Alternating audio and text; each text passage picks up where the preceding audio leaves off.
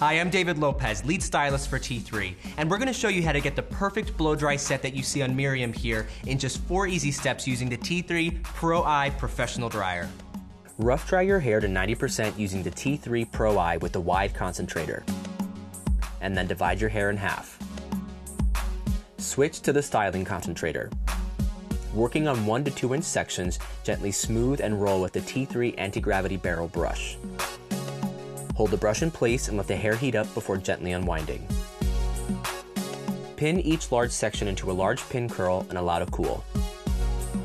Finally, release the pin curls and gently rake through with fingers for a bouncy blowout with tons of body. So there you have it, 4 easy steps to the perfect bouncy blow-dry set.